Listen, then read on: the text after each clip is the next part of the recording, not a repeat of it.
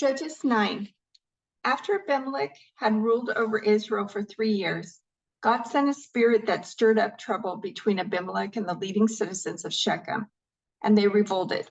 God was punishing Abimelech for murdering Gideon's 70 sons, and the citizens of Shechem for supporting him in this treachery of murdering his brothers. The citizens of Shechem set up an ambush for Abimelech on the hilltops and robbed everyone who passed that way. But someone warned Abimelech about their plot. One day, Gaal, son of Ebed, moved to Shechem with his brothers and gained the confidence of the leading citizens of Shechem. During the annual harvest festival at Shechem, held in the temple of the local god, the wine flowed freely, and everyone began cursing Abimelech. "Who is Abimelech?" Gaal shouted. "He's not a true son of Shechem. So why should we be his servants? He's merely the son of Gideon, and this devil is merely his deputy. Serve the true sons of Hamor, the founder of Shechem. Why should we serve Abimelech? If I were in charge here, I would get rid of Abimelech. I would say to him, get some soldiers and come out and fight." But when Zebul, the leader of the city, heard what Gaal was saying, he was furious. He sent messengers to Abimelech in Arumah, telling him, "Gaal, son of Ebed, and his brothers have come to live in Shechem, and now they are inciting the city to rebel against you. Come by night with an army and hide out in the fields. In the morning, as soon as it is daylight, attack the city. When Gaal and those who are with him come out against you, you can do with them as you wish." So Abimelech and all his men went by night and split into 4 groups, stationing themselves around Shechem. Gaal was standing at the city gates when Abimelech and his army came out of hiding. When Gaal saw them, he said to Zebul, "Look, there are people coming down from the hilltops." Zebul replied, "It's just the shadows on the hills that look like men." But again, Gaal said, "No, people are coming down from the hills, and another group is coming down the road past the diviner's oak." Then Zebul turned on him and asked, "Now where's that big mouth of yours? Wasn't it you that said, 'Who is Abimelech, and why should we be his servants?' The men you mocked are right outside the city. Go out and fight them." So Gaal led the leading citizens of Shechem into battle against Abimelech. But Abimelech chased him, and many of Shechem's men were wounded and fell along the road as they retreated to the city gate. Abimelech returned to Arumah, and Zebul drove Gaal and his brothers out of Shechem. The next day, the people of Shechem went out into the fields to battle. When Abimelech heard about it, he divided his men into 3 groups and set an ambush in the fields. When Abimelech saw the people coming out of the city, he and his men jumped up from their hiding places and attacked them. Abimelech and his group stormed the city gate to keep the men of Shechem from getting back in, while Abimelech's other 2 groups cut them down in the fields. The battle went on all day before Abimelech finally captured the city. He killed the people, leveled the city, and scattered salt all over the ground. When the leading citizens who lived in the tower of Shechem heard what had happened, they ran and hid in the temple of Baal-berith. Someone reported to Abimelech that the citizens had gathered in the temple, so he led his forces to Mount Zalmon. He took an axe and chopped some branches from the tree, then put them on his shoulder. "Quick, do as I have done," he told his men. So each of them cut down some branches, following Abimelech's example. They piled the branches against the walls of the temple and set them on fire. So all the people who had lived in the tower of Shechem died, about 1,000 men and women. Then Abimelech attacked the town of Thebes and captured it. But there was a strong tower inside the town, and all the men and women, the entire population, fled to it. They barricaded themselves in and climbed up to the roof of the tower.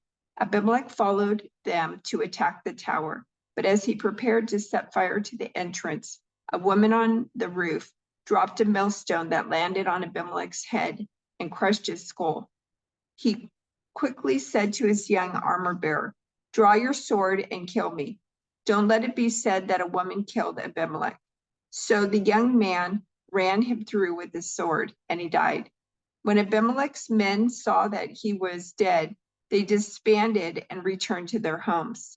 In this way, God punished Abimelech for the evil he had done against his father by murdering his 70 brothers.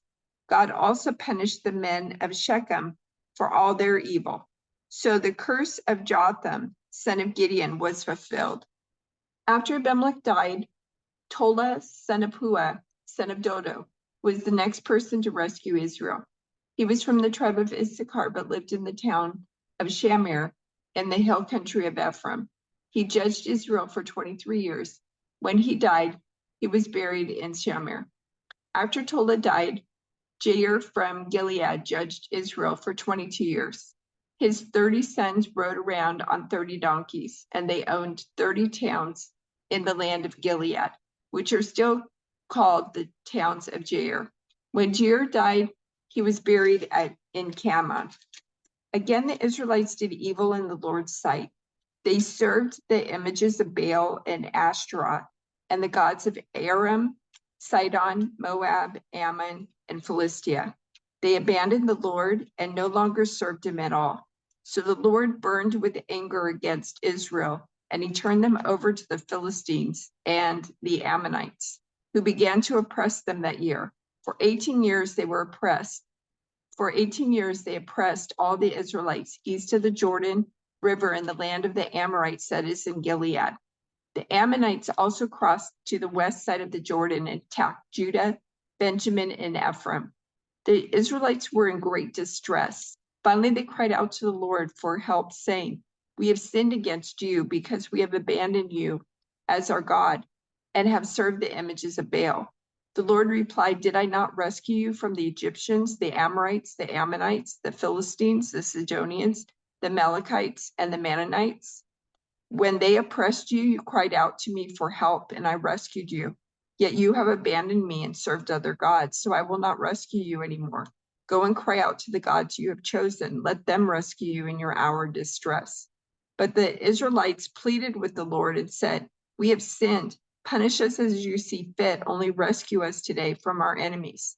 Then the Israelites put aside their foreign gods and served the Lord, and he was grieved by their misery.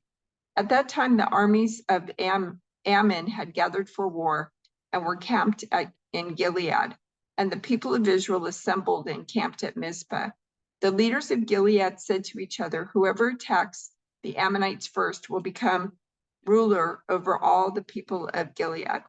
Now Jephthah of Gilead was a great warrior. He was the son of Gilead, but his mother was a prostitute. Gilead's wife also had several sons, and when these half-brothers grew up, they chased Jephthah off the land. "You will not get any of our father's inheritance," they said, "for you are the son of a prostitute." So Jephthah fled from his brothers and lived in the land of Tob. Soon he had a band of worthless rebels following him. At about this time, the Ammonites began their war against Israel. When the Ammonites attacked, the elders of Gilead sent for Jephthah in the land of Tob. The elders said, "Come and be our commander. Help us fight the Ammonites." But Jephthah said to them, "Aren't you the ones who hated me and drove me from my father's house? Why do you come to me now when you're in trouble?" "Because we need you," the elders replied. "If you lead us in battle against the Ammonites, we will make you ruler over all the people of Gilead." Jephthah said to the elders, "Let me get this straight. If I come with you, and if the Lord gives me victory over the Ammonites, will you really make me ruler over all the people?" "The Lord is our witness," the elders replied. "We promise to do whatever you say." So Jephthah went with the elders of Gilead, and the people made him their ruler and commander of the army. At Mizpah, in the presence of the Lord, Jephthah repeated what he had said to the elders. Then Jephthah sent messengers to the king of Ammon, asking, "Why have you come out to fight against my land?" The king of Ammon answered Jephthah's messengers, "When the Israelites came out of Egypt, they stole my land from the Arnon River to the Jabbok River and all the way to the Jordan. Now then give back the land peaceably." Jephthah sent this message back to the Ammonite king. This is what Jephthah says: "Israel did not steal any land from Moab or Ammon. When the people of Israel arrived at Kadesh on their journey from Egypt after crossing the Red Sea, they sent messengers to the king of Edom asking for permission to pass through his land, but their request was denied. Then they asked the king of Moab for similar permission, but he wouldn't let them pass through either. So the people of Israel stayed in Kadesh. Finally, they went around Edom and Moab through the wilderness. They traveled along Moab's eastern border and camped on the other side of the Arnon River. But they never once crossed the Arnon River into Moab, for the Arnon was the border of Moab.